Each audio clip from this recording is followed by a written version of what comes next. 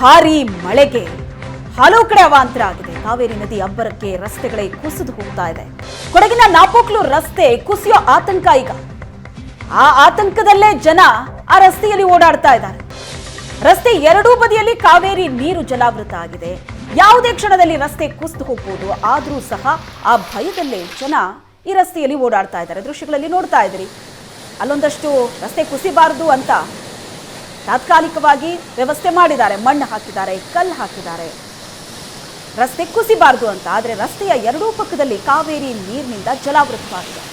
ಕೊಟ್ಟಮುಡಿ ನಾಪೋಕ್ಲು ರಸ್ತೆ ಸಂಪರ್ಕ ಕಡಿತ ಆಗುವಂತ ಸಾಧ್ಯತೆ ಇದೆ. ಕೊಡಗಿನಲ್ಲಿ ಭಾರೀ ಮಳೆಯಿಂದ ಆಗಿರುವಂತಹ ಸಮಸ್ಯೆ ಇದೆ. ಕೊಡಗು ಜಿಲ್ಲೆಯಲ್ಲಿ ಪುನರ್ವಸು ಮಳೆ ಅಬ್ಬರಿಸಿದೆ. ಪರಿಣಾಮವಾಗಿ ಸಾಕಷ್ಟು ಅವಘಡಗಳು ಕೂಡ ಸಂಭವಿಸ್ತಿರುವಂಥದ್ದು ಕಾಣುತ್ತೆ. ಸೊ ನಾನೀಗ ಮಡಿಕೇರಿ ತಾಲೂಕಿನ ಕೊಟ್ಟಮುಡಿ ಸಮೀಪದಲ್ಲಿದ್ದೇನೆ. ಕೊಟ್ಟಮುಡಿ ಸಮೀಪದಲ್ಲಿ ಕಾವೇರಿ ನದಿ ಒಂದಷ್ಟು ಉಗ್ರ ರೂಪವನ್ನು ತಾಳಿ ಹರಿತಿರೋಂಥದ್ದು ಕೂಡ ಕಾಣುತ್ತೆ.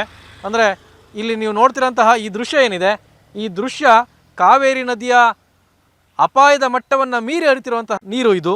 ಇಲ್ಲಿಂದ ಇನ್ನೂ ಆಚೆಗೆ ಸುಮಾರು ಒಂದು 200 ಅಡಿ ಆಚೆಗೆ ಕಾವೇರಿ ನದಿ ಇರೋವಂಥದ್ದು. ಅಲ್ಲಿಂದ ಈಚೆಗೆ ಕಾವೇರಿ ನದಿ ತನ್ನ ಅಪಾಯದ ಮಟ್ಟವನ್ನು ಮೀರಿ ಹರಿತಿರುವಂಥದ್ದು ಕಾಣುತ್ತೆ. ಪರಿಣಾಮವಾಗಿ ರಸ್ತೆ ಸಂಪೂರ್ಣವಾಗಿ ಹಾಳಾಗಿರೋವಂಥದ್ದು. ರಸ್ತೆ ಯಾವ ಬೇಕಾದ್ರೂ ಕೂಡ ಕುಸಿದು ಹೋಗ್ಬೋದು ಅನ್ನೋಂತಹ ದುಸ್ಥಿತಿ ನಿರ್ಮಾಣ ಆಗಿದೆ. ಸೊ ಕಳೆದ ಬಾರಿನೇ ರಸ್ತೆ ಸಾಕಷ್ಟು ಹಾಳಾಗಿತ್ತು. ಆ ಹಿನ್ನೆಲೆಯಲ್ಲಿ ಒಂದಷ್ಟು ಹೆಂಗಾರು ಮಾಡಿ ರೆಡಿ ಮಾಡಬೇಕು ಅಂತೇಳಿ ಸಾಕಷ್ಟು ಕಾಮಗಾರಿಯನ್ನು ಮಾಡಲಿಕ್ಕೆ ಮುಂದಾಗಿದ್ದರು.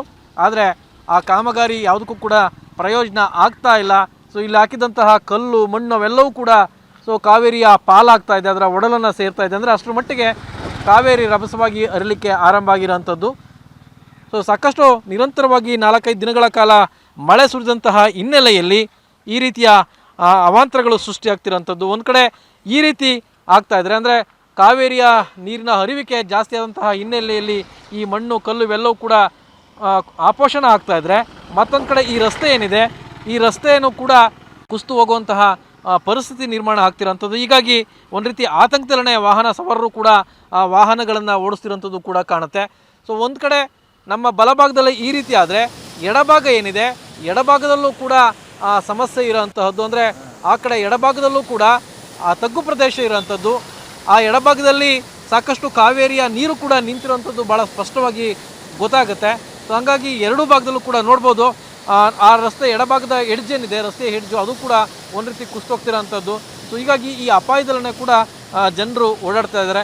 ಸೊ ಏನೇ ಆಗಲಿ ಕೊಡಗಿನಲ್ಲಿ ಸುರಿದಂತಹ ಪುನರ್ವಸು ಮಳೆಯ ಅಬ್ಬರ ಏನಿದೆ, ಆ ಅಬ್ಬರ ಸಾಕಷ್ಟು ಅವಾಂತರಗಳನ್ನು ಸೃಷ್ಟಿಸ್ತಾ ಇದೆ.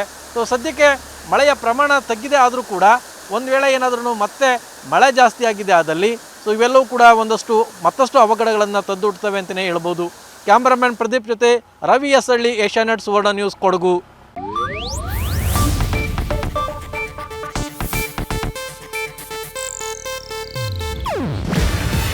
ಇದು ಏಷ್ಯಾನೆಟ್ ನ್ಯೂಸ್ ನೆಟ್ವರ್ಕ್ ಪ್ರಸ್ತುತಿ.